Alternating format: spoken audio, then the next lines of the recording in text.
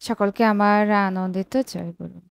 আজকের আলোচ্য বিষয় হলো আমরা সবাই সৎসঙ্গী। সেই আমরা সবাই যে সৎসঙ্গী, প্রত্যেক মানুষ দীক্ষিত হোক বা অদীক্ষিত হোক, প্রত্যেক সৎ মানুষই সৎসঙ্গী।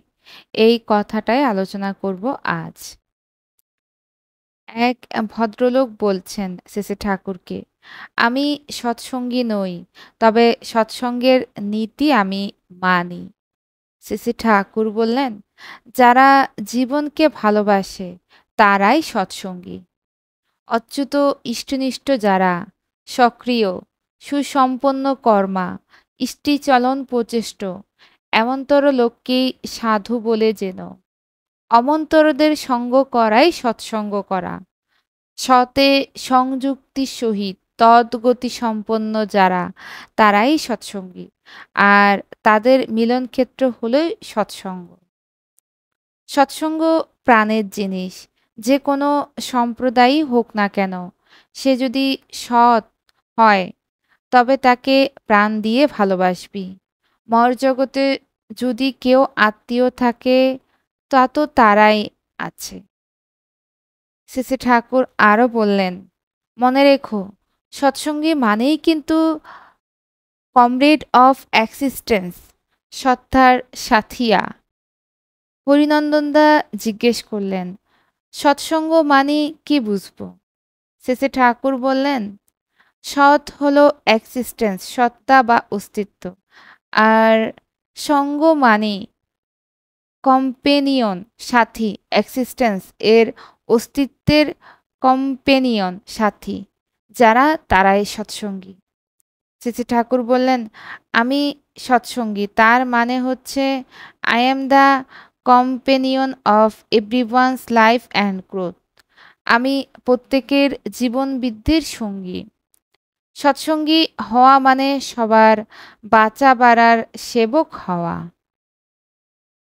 সৎসঙ্গী নয় কে? শ্রী ঠাকুর বললেন, everyone is a Satsangi. Practically everybody who loves life and growth is a Satsangi. প্রকৃত প্রস্তাবে যেই জীবন ও বৃদ্ধিকে ভালোবাসে সেই Satsangi. A true Musalman is a true Christian, a true Hindu, a true Buddhist and a true everything সিমুলটেনিয়াসলি।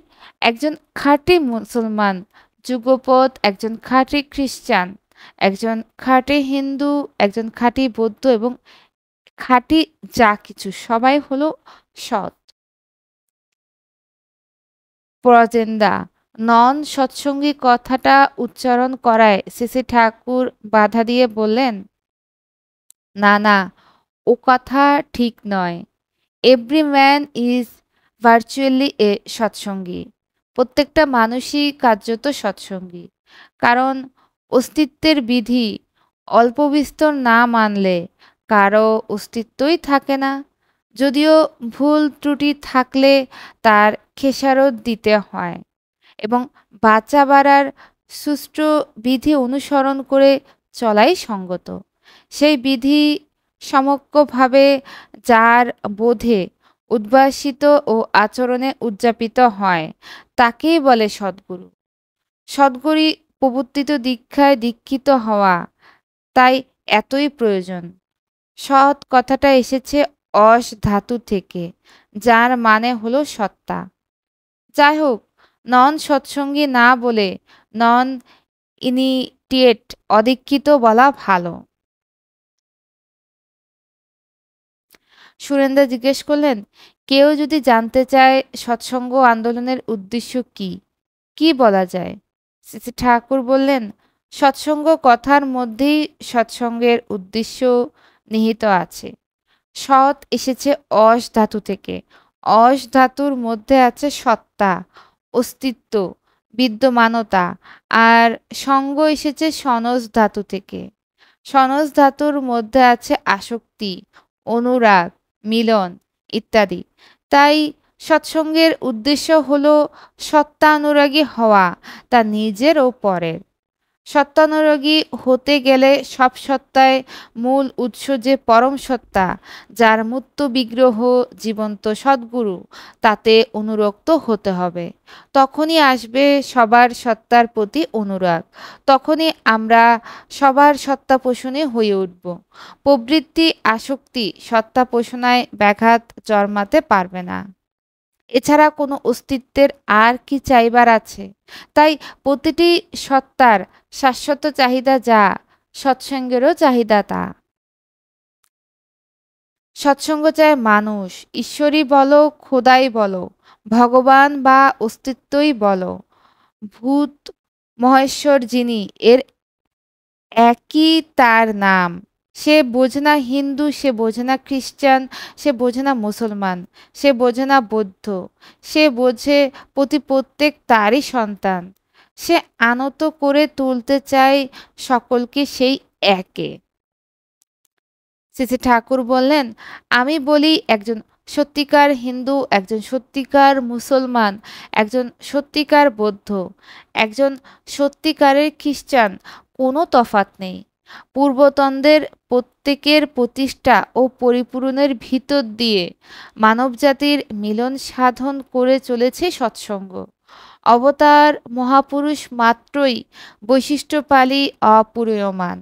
এটা আমরা বিশেষ করে অনুভব করতে পারি যুগ পুরুষোত্তমকে দেখিয়ে, যিনি সবার, সবাই তার, সবকিছুর মধ্যে থেকেও সবকিছুর ঊর্ধ্বে তিনি। তিনি যেখানে থাকুন প্রত্যেকের মধ্যেই আদর্শ নিষ্ঠার উদ্বোধন করে তোলেন।